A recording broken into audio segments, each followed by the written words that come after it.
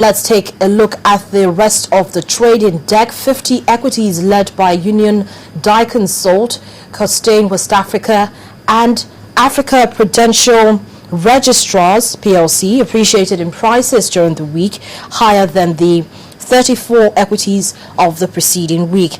On the flip side, Prestige Assurance led the 25 equities that shed weight in the week on the review. Now, still for the same week on the review, investors in almost 26,000 deals exchanged 2.26 billion units for over 19 billion naira. Well, I'm being joined on the program via Skype by the Managing Director of Enterprise Capital and a stockbroker with the Nigerian Stock Exchange, Rotimi Fakajo. Good morning, Rotimi.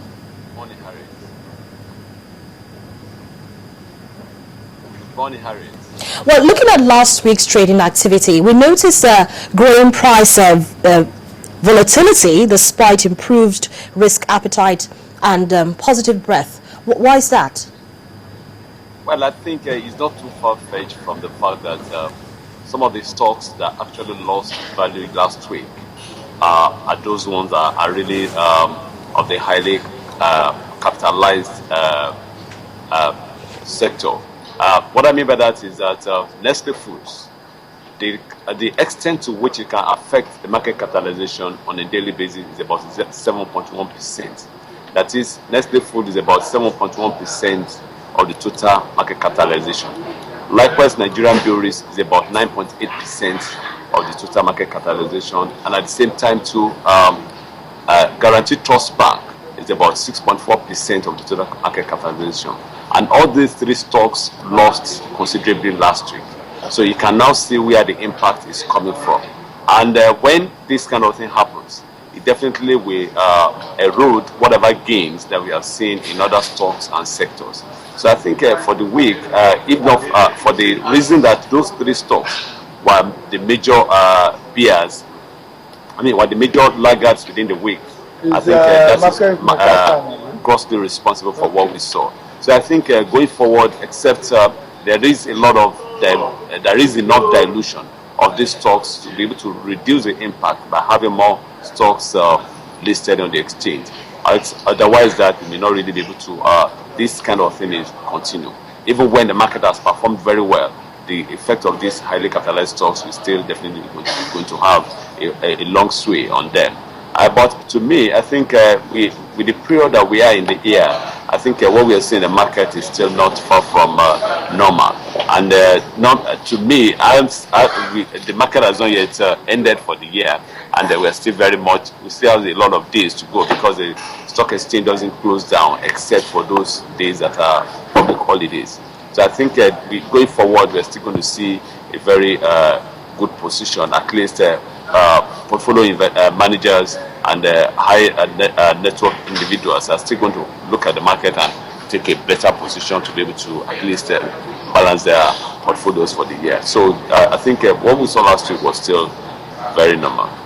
Okay, now Rotimi, still looking at last week's trading activity, what category of stocks held investors' attention?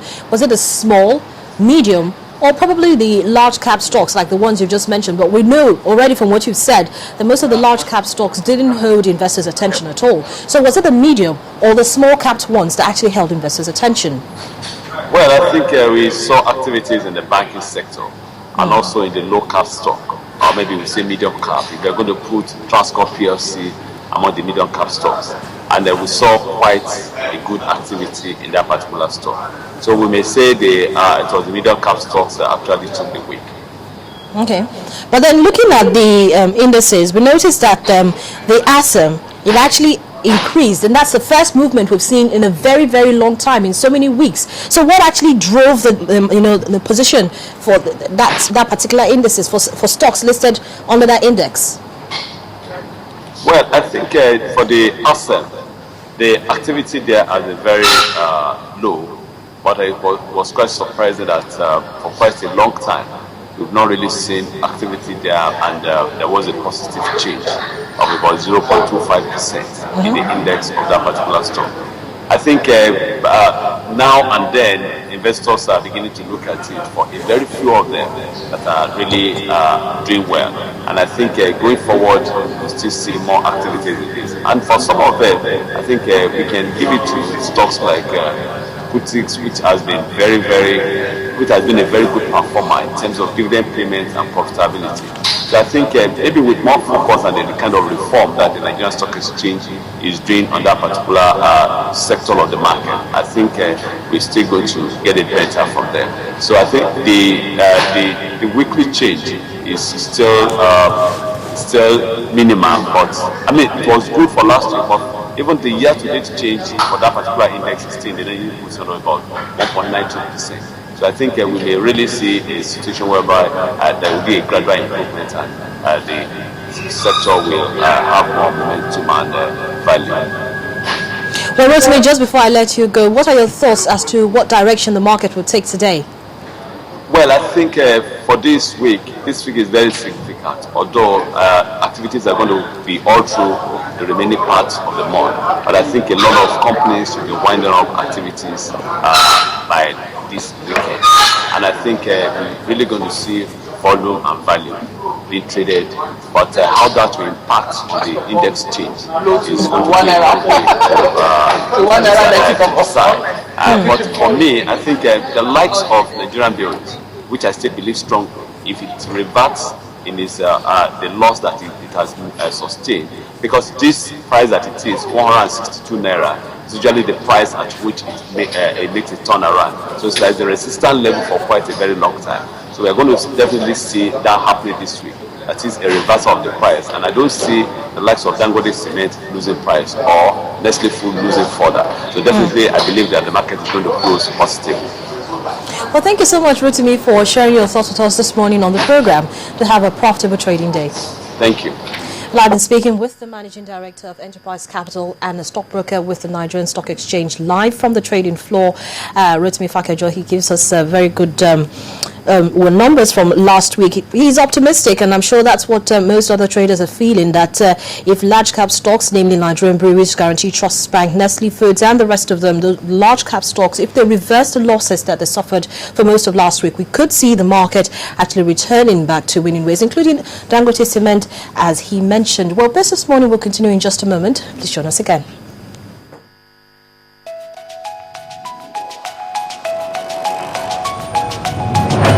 There is a reason Africa is called the developing world. Soon, 1 in 5 people on Earth will stride the continent where life began. A land rich in resources, but whose greatest wealth is its people. People who build the cities that launch the future. People who know an idea in one place means business in another. Young people for whom technology means there are no borders, no boundaries. These are the new young lions in a brave new world, kings of the urban jungle. And there's a bank that puts the world in their pocket and the future in your hands.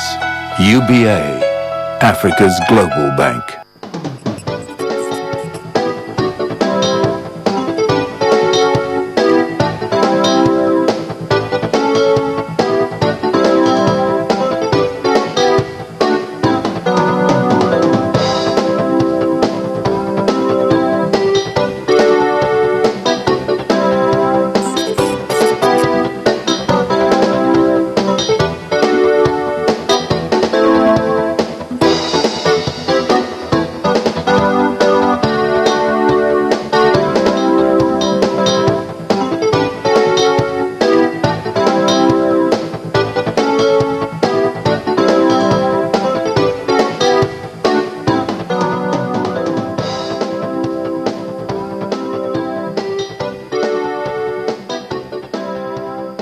Welcome back. You're still watching Business Morning on Channels Television. We're broadcasting live from Lagos, Nigeria. Let's take a look at what's happening in the news now. And Olumide Macaulay joins us with the headlines. Good morning, Olumide. Good morning, Harriet. Straight into it with the headlines. Fence mending efforts continue within the People's Democratic Party, the PDP, with the president and his vice meeting with two of the PDP governors who had defected to the All Progressives Congress, the APC.